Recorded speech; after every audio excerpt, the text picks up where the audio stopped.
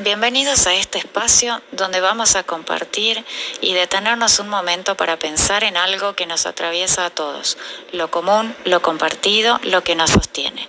Hoy hablaremos de los bienes comunes, el agua que bebemos, el aire que respiramos, los saberes que heredamos y los espacios que habitamos. En estos últimos siglos, muchos de estos bienes fueron apropiados, privatizados o simplemente olvidados. Pero hay otra forma de ver el mundo y Joan Carrera y David Murillo nos invitan a recuperar lo común y a reivindicar el buen vivir, una propuesta que nace de las cosmovisiones indígenas y que nos recuerda que bien vivir no es tener más, sino vivir en equilibrio, con respeto y con comunidad. La noción del buen vivir inspirada en cosmovisiones indígenas de América Latina que prioriza la vida en equilibrio con la naturaleza, solidaridad y la dignidad humana por encima del crecimiento económico limitado. En un contexto marcado por las crisis ecológicas, la desigualdad social y la mercantilización de todos los aspectos de la vida, recuperar los bienes comunes se vuelve una tarea urgente. Siguiendo las ideas de Joan Carrera y David Murillo, nos ayudan a explorar cómo la gestión colectiva de recursos naturales, saberes y espacios compartidos puede contribuir a una vida más digna, solidaria y sostenible. Reivindicar el buen vivir implica repensar nuestras formas de organización social, inspirándonos en cosmovisiones que priorizan la armonía con la naturaleza y el cuidado mutuo. Bienes comunes ha sido un proceso histórico asociado al avance del capitalismo, el colonialismo y la expansión de modelos extractivistas. Este fenómeno no solo implicó la mercantilización de recursos esenciales, sino también el despojo de comunidades que históricamente lo gestionaban de forma colectiva. Frente a este modelo de acumulación y exclusión, el enfoque de buen vivir propone una alternativa radical: recuperar la gestión comunitaria de los bienes comunes como base de una vida en armonía con la naturaleza, centrada en el cuidado, la reciprocidad y la sostenibilidad. Inspirado en cosmovisiones indígenas andinas, el buen vivir no se mide en términos de crecimiento económico, sino en la calidad de las relaciones entre las personas y con su entorno. ¿Por qué razón los autores ponen en cuestión el binomio Estado-mercado como únicos modelos válidos? Carrera y Murillo cuestionan el binomio Estado-mercado porque consideran que ambos modelos, aunque opuestos en apariencia, comparten una lógica común, es decir, la centralización del poder y la instrumentalización de la vida y los recursos. En su texto, Recuperar los bienes comunes, reivindicar el buen vivir, argumentan que tanto el Estado como el mercado tienden a tratar a las personas como consumidores o beneficiarios pasivos y a los bienes comunes como recursos explotables o gestionables desde arriba. Ambos modelos, según los autores, se inscriben en una visión moderna y liberal del mundo que prioriza la eficiencia, el crecimiento económico y la propiedad, sea pública o privada, dejando de lado otras formas de organización social basadas en la autonomía comunitaria, la reciprocidad y el cuidado del entorno.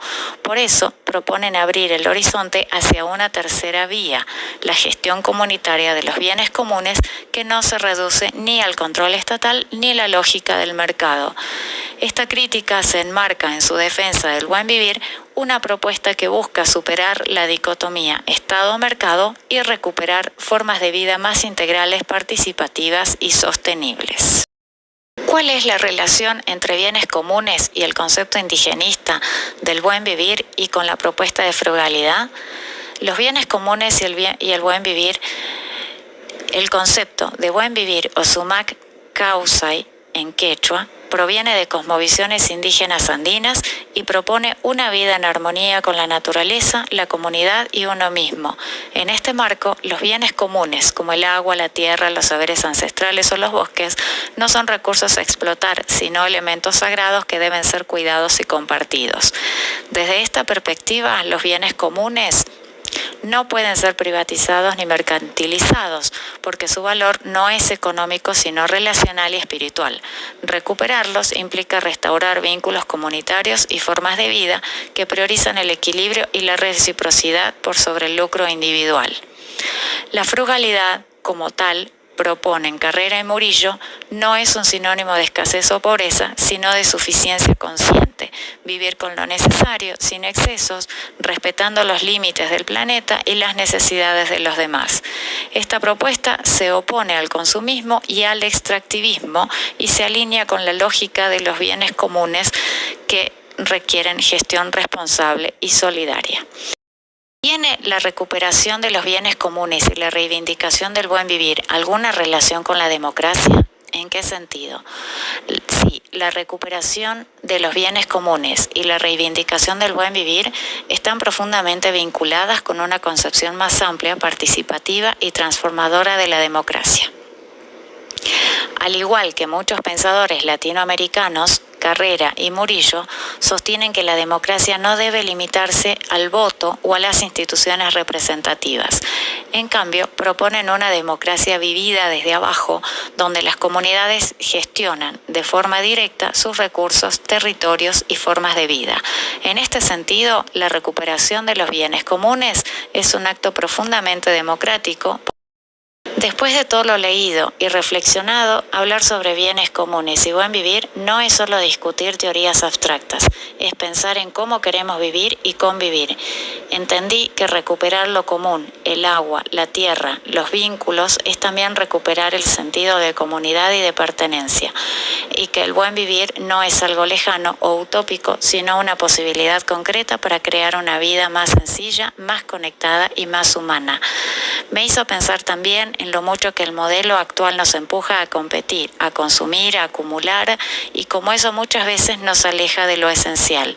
La frugalidad, lejos de ser resignación, se vuelve una forma de libertad. Elegir lo suficiente, compartir lo que tenemos, cuidar lo que es de todos. Creo que si empezamos a vivir desde ahí, también estamos haciendo política y construyendo otra democracia desde lo cotidiano. Recuperar el bien común es recuperar lo humano, y esto quizás es el desafío más urgente y esperanzador que tenemos por delante, ya que recuperar los bienes comunes no es solo una cuestión de justicia ecológica o económica, sino también una vía de democratización. Implica devolver a las comunidades la capacidad de decidir sobre lo que les afecta directamente. Entonces me pregunto, si la tierra, el agua y el saber nos pertenecen a todos, ¿qué estamos haciendo hoy para protegerlos y compartirlos mañana? Esta pregunta queda abierta como una invitación personal y colectiva a imaginar otra forma de habitar el mundo.